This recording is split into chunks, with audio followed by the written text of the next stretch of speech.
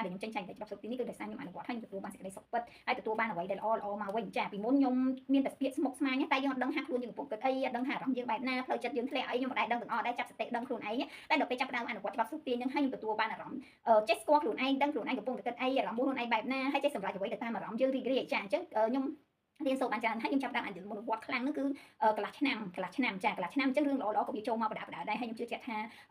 មួយរយៈទៀតនឹងចប់រឿងរ៉ាវបញ្ហាគ្រប់សពបែបយ៉ាងដែលមានចំពោះខ្ញុំព្រោះដោយសារឥឡូវហ្នឹងមានរឿងល្អដំណឹងល្អចាចូលមកក្នុងជីវិតរបស់ខ្ញុំហើយអញ្ចឹងខ្ញុំត្រូវតែអនុវត្តខ្ញុំត្រូវតែជឿព្រោះខ្ញុំជឿហើយខ្ញុំអនុវត្តហើយខ្ញុំទទួលបានយ៉ាងពិតប្រាកដសេចក្តីសុខផ្លូវចិត្តចាអារម្មណ៍ស្រស់ស្រាយមានសមាធិក្នុងការដោះស្រាយបញ្ហាចាយើងលែងប្រើអារម្មណ៍ឆេវឆាវហើយមានអីចូលមកក៏ចិត្តយើងត្រជាក់ចិត្តយើងអត់មួម៉ៅក្តៅក្រហាយគេធ្វើអីគេនេះអីក៏យើងអត់ខ្វល់ពីពាក្យសម្ដីដែលគេមកលើយើងចាពីមុនឮសម្ដីគេលើយើងអីមិនបានទេនិយាយអីពីយើងអត់បានទេមួម៉ៅខឹងគេអីឥឡូវចេះទប់ចិត្តទប់អារម្មណ៍ខ្លួនឯងចាទោះបីសម្ដីគេលើសលួសធំតូចអីដាក់យើងក៏យើងអត់យកចិត្តទៅខ្វល់ខ្វាយនឹងរឿងដែលគេនិយាយដែរឲ្យគេនិយាយអីនិយាយសិនទៅចាសំខាន់ជីវិតយើងដូរថ្ងៃក្រោយទៅគេដឹងហើយសំខាន់យើងស្គាល់ខ្លួនឯងហើយយើងជាមនុស្សបែបណាហើយអារម្មណ៍យើងបែបណានិយាយទៅឥឡូវខ្ញុំមក control តែខ្លួនឯងទេដើម្បីឲ្យខ្ញុំដោះស្រាយបញ្ហាទាំងអស់ហ្នឹងហើយអញ្ចឹងខ្ញុំត្រូវតែអនុវត្តខ្លួនឯង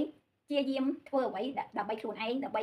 ដោះស្រាយរាល់បញ្ហានិយាយទៅបើយើងនៅផ្ដោតនឹងបញ្ហានឹងចូលមកកាន់តែច្រើនអញ្ចឹងយើងត្រូវតែរីករាយខ្លួនទៅផ្ដោតអ្វីដែលដើម្បីដោះស្រាយឬគ្រប់រឿងរ៉ាវទាំងអស់ហ្នឹងវិញអញ្ចឹងអរគុណបងប្អូនគ្នាចែកលេខដល់